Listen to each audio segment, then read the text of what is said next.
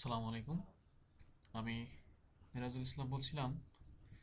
তো বন্ধুরা, আমি আজ আপনাদের দেখাবো কিভাবে ভগ্নাংশের বৃহত্তম নির্ণয় করা যায়।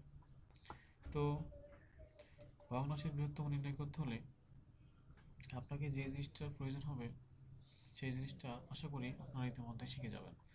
তো বন্ধুরা, এখানে তেমন কোনো কিছুই নাই জানার, শুধুমাত্র গুণ করতে হবে আপনাকে। এই 3 দিয়ে 8-এর সাথে আমরা এখন গুণ করব। তাহলে কত হবে? 3 দেখেন, দুইটা ভগ্নাংশ আমরা আগে থেকে দিয়ে রাখছি। 3 24,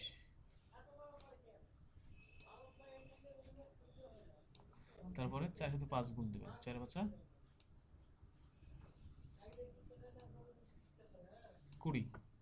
তাহলে দেখুন কোনটা বড় হলো? ফার্স্টেরটা বড় হয়ে গেছে। ঠিক আছে, তার মানে কি এটা বড় হবে। অতএব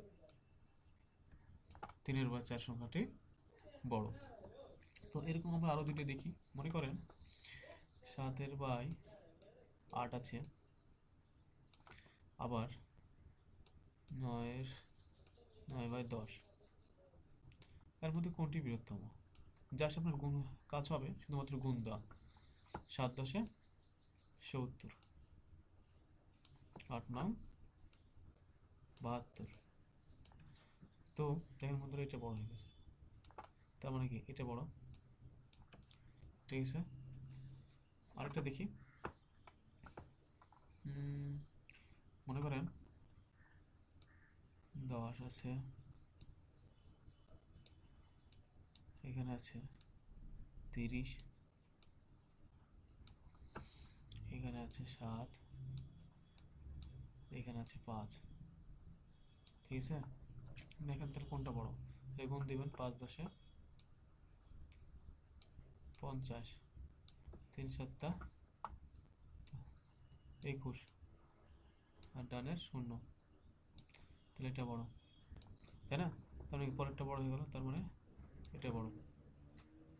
ঠিক আছে বন্ধুরা, এখন আমরা দেখব 2 সংখ্যার মধ্যে দেখলাম, এবার দেখবো 3 সংখ্যার মধ্যে। ঠিক আছে, তো বন্ধুরা চলুন একটু আমরা এগুলো একটু বসাই দিই।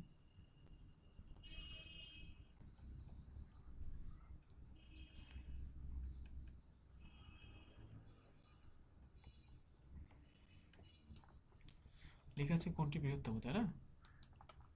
চলুন আমরা এবার দেখি। 3/7, 5/9, 6/7, 5/, মনে করেন 6 ধরলাম। এখন দেখেন, যদি বলা হয় যে এর মধ্যে কোনটি বৃহত্তম, তাহলে কিভাবে নির্ণয় করবেন? জাস্ট গুণ করে দেবেন। 3×9 = 27,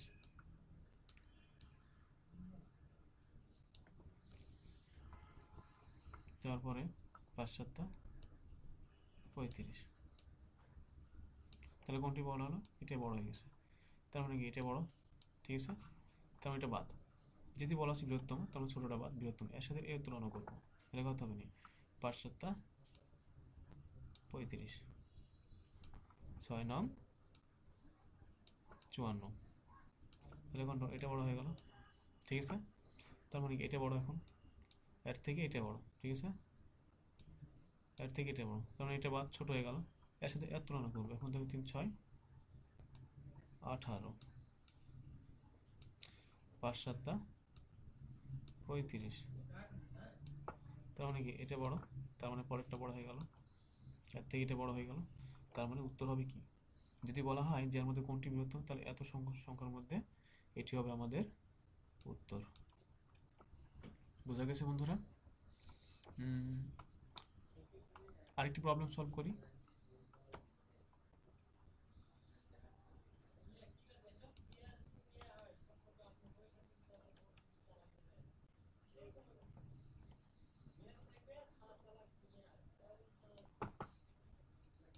তো বন্ধুরা, এবার একটু ভালো করে লক্ষ্য রাখবেন। ঠিক আছে, তাহলে কিন্তু জিনিসটা বুঝতে পারবেন। শুধু গুণ দেয়া, অন্য কোনো কাজ নেই।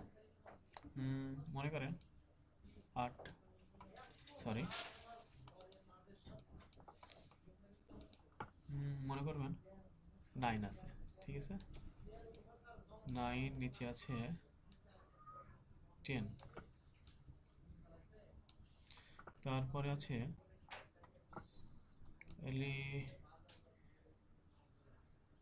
5 আছে, তারপরে আছে মনে করেন 8,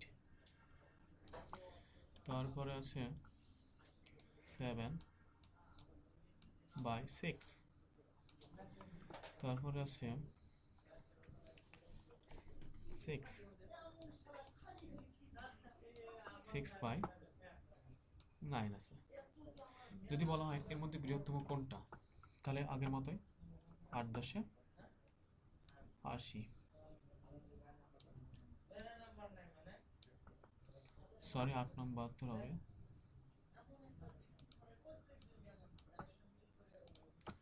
8 আগে এটা গুণ করবেন, ঠিক আছে,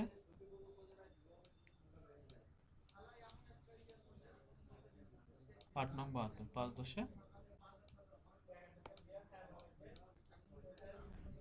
5×10=50। তো বন্ধুরা কোনটা বড় বুঝতেই পারছেন, ফার্স্টেরটা বড় হবে, ঠিক আছে। তো বন্ধুরা তারপরে দেখেন, যদি এটা বড় হয় তাহলে এটা ছোট, যদি বলা আছে কোনটি বৃহত্তম, তাহলে এটি বড় হয়ে গেল, তার মানে এটা বাদ। এবং এর সাথে এর তুলনা করবো, তাহলে 6 নং, দেখেন একটু ভালো করে লক্ষ্য করুন, 6 নং 54, 7×10=70, তো এটা বড় হয়ে গেল। তাহলে যদি পরেরটা বড় হয় তাহলে কি পরেরটাই বড় হবে, তাহলে এটা বড় হয়ে গেল, ঠিক আছে। এর সাথে এর তুলনা করবো, তাহলে কত হবে, 7 নং 63, 6×6=36, তাহলে কোনটা বড় গেল, এটা বড়, তার মানে আমাদের উত্তর হবে 7/6। তো বন্ধুরা আপনি যদি এভাবে ট্রাই করতে থাকেন তো মোটামুটি 10 সেকেন্ডের উপর লাগার কথা নয়। তো বন্ধুরা ধন্যবাদ সবাইকে। এরপরের বার দেখাবো কিভাবে ক্ষুদ্রতম নির্ণয় করতে হয়, জাস্ট এটার উল্টো হবে। তো বন্ধুরা সবাই ভালো থাকবেন, আর আমার জন্য দোয়া করবেন, আমি যেন নতুন নতুন টিপস আপনাদের সামনে দিতে পারি। এবং এই ধরনের অঙ্ক কিন্তু পরীক্ষাতে থাকে। তো সবাইকে ধন্যবাদ, আসসালামু আলাইকুম।